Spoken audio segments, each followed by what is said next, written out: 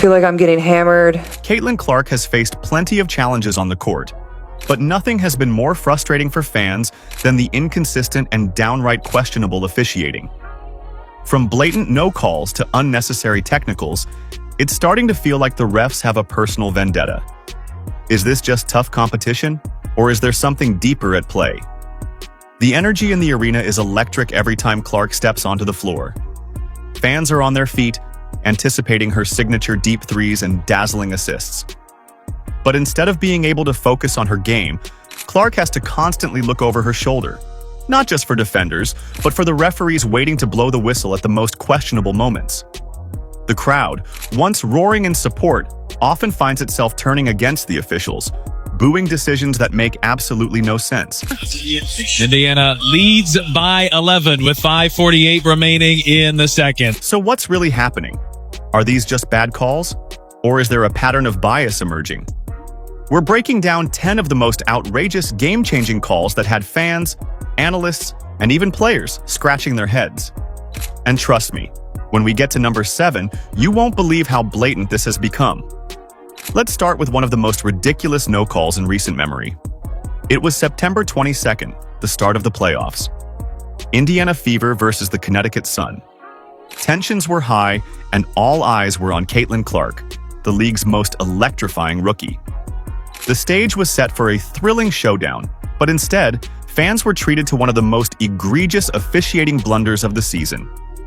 Just minutes into the game, Sun guard Dejanay Carrington lunged for the ball but ended up hitting Clark square in the eye. The force of the impact left Clark momentarily dazed, blinking as she tried to regain her focus. The crowd waited for the whistle, and waited, and waited, but it never came. Clark, harassed by Carrington, finds Boston. Clark gets hit in the face by Carrington and is down. Fans erupted in outrage, expecting at least a foul call, if not a flagrant. But the refs? Silent. The play continued as if nothing had happened. Meanwhile, Clark, clearly affected by the hit, struggled to find her rhythm.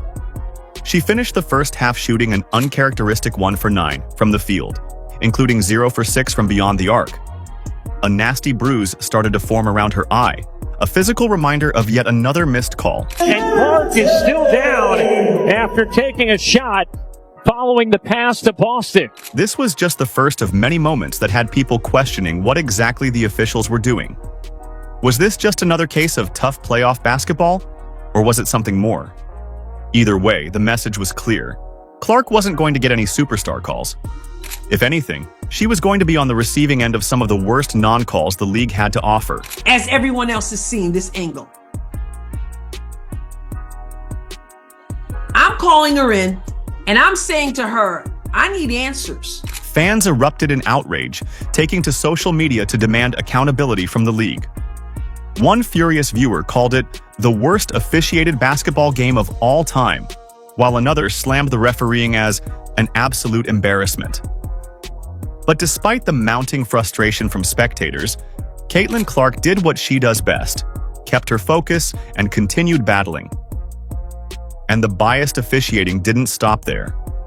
Throughout the game, Clark endured relentless physicality, held, shoved, and repeatedly hit. Yet the whistle remained silent. No calls, no protection, just an expectation for her to play through it all. Take a look at this moment when Marina Mabry aggressively defended Clark as she attempted her first postseason bucket. Clark trying to get around Mabry.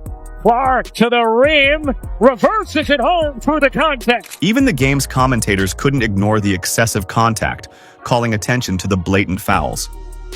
But the referees? Completely indifferent. Clark, however, didn't let the missed calls define her. She found other ways to contribute, proving yet again why she's one of the toughest competitors in the league. But this wasn't just about one game. It was a glaring example of how officiating can shape outcomes and, more importantly, put players at risk. Then came another moment of shocking physicality that left fans questioning the boundaries between aggressive defense and outright dangerous play. This time, it was a matchup against the Connecticut Sun on August 28th. Everything seemed normal, until Alyssa Thomas bulldozed through Clark, delivering a shoulder check that sent the rookie crashing to the floor. Another look here at the heavy contact. The arena gasped in disbelief. The hit was brutal, yet somehow, the officials only assessed a common foul. Fans were livid. "That's not basketball," one person tweeted. Another described it as a cheap shot, leaning in with the shoulder. The overwhelming consensus? That was a flagrant foul, and the failure to call it as such only fueled concerns about the officiating in the WNBA. Even after enduring relentless physicality, Caitlin Clark refused to let it shake her confidence. She shook off the hit, got back on her feet, and went straight to work. Her ability to bounce back and stay locked in on the game was a testament to her mental toughness. Despite the blows, Clark continued making an impact, proving why she's one of the most determined athletes in the league. Therefore, Alyssa Thomas. Yeah, they're not going to look at this. They might. It's gotten the fans here fired up. But just when it seemed like Clark had overcome every challenge thrown her way, a new controversy emerged. This time, from an unexpected source. Imagine this: a timeout, a fired-up rookie rallying her fans, and then, out of nowhere, a veteran stepping in with a blatant shove. How would the referees react? The matchup against the Seattle Storm on August 18th had already been an intense battle. With the game nearing its climax, Clark was near the Seattle bench, hyping up the crowd, feeding off the electric atmosphere. And then, suddenly, Skylar Diggins-Smith made her move.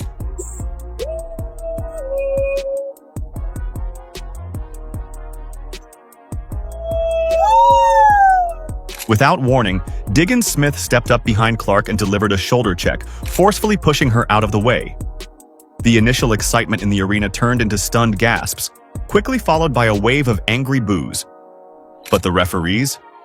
Once again, they let it slide. No foul, no warning, just silence. This moment instantly ignited a debate about sportsmanship and fairness. Fans flooded social media, demanding answers. "How is this not a foul?" one asked. Another questioned why certain players seemed to get away with blatant aggression, while Clark continued to be scrutinized for the slightest actions. Okay, by now I'm sure you've seen Skylar Diggins assault Caitlin Clark after Indiana blew out Seattle. And yet, while Diggins-Smith's push went completely unnoticed by officials, Clark's own displays of emotion and passion on the court have been met with quick technicals and warnings. So the question remains, was this just another example of inconsistent officiating, or is there a deeper issue at play within the WNBA? That same August 18th showdown against the Seattle Storm was already intense, but what happened next turned up the heat even more. With 7:14 remaining in the third quarter, Caitlin Clark missed a shot and, in a moment of frustration, lightly hit the padding of the basketball hoop. Before anyone could even process what had happened, the referee's whistle rang out. Technical foul. And Caitlin Clark gets hit with a technical.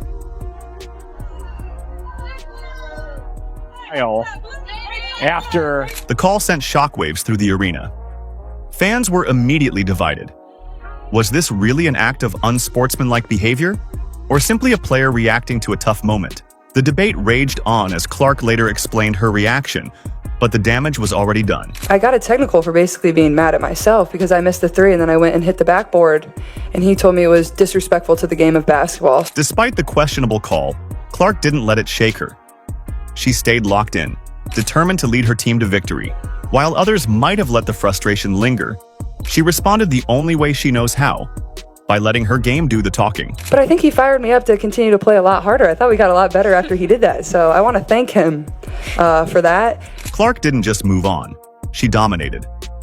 Ignoring the shove from Diggins-Smith and brushing off the technical foul, she kept her energy up and remained laser-focused. The result? A commanding 17-point win for the Fever, with Clark dropping an impressive 23 points. Had nothing to do with my team, had nothing to do with their reffing, had nothing to do with other team. It was just because I'm a competitor. But here's where things get really interesting. Is this type of reaction consistently penalized? Or is Clark being singled out? Let's take a closer look at how referees have handled similar situations for other players in the league. Are these rules being applied fairly, or is there a clear double standard at play? Put Michaela on your wedding in that group. Kennedy Carter nearly picks off the pass, and Diana Taurasi, they'll count the bucket. And one coming up for DT. Technical fouls were just the tip of the iceberg. As the Indiana Fever squared off against the Las Vegas Aces, a split-second collision would spark outrage and raise a chilling question. How far is too far when it comes to physical play in the WNBA? September 11th, Gainbridge Fieldhouse. The energy in the arena was electric, until it suddenly wasn't. Jackie Young's hand made contact with Caitlin Clark's face, sending the rookie stumbling back, momentarily shaken. Clark, the hesitation, working inside the reverse. Owen took a big hit there on Jackie Young. The crowd collectively held its breath, waiting for the call. Common foul. And the foul does come, and for the second time here in the last minute, we have seen a heavy collision. The reaction was instant. Boos rained down from the stands, disbelief spread through social media, and fans were left questioning what they had just witnessed. But Clark, as always, refused to dwell on it. She shook it off and got back in the game. Yet, the moment hung in the air, a glaring example of the difference between tough defense and reckless play. Clark's resilience was undeniable, but the question remained: how much more of this was she supposed to endure?